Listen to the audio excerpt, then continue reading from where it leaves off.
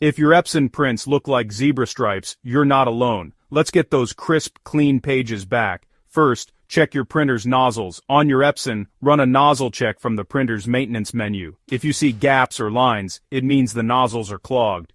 Use the built-in cleaning feature. Sometimes you'll need to run it a couple of times. Still seeing streaks?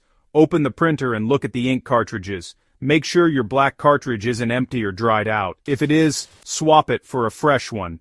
Next, check the print head and rollers. If you see ink smudges, gently wipe them with a lint-free cloth and a little water. Never use harsh chemicals. Lastly, always use good quality paper.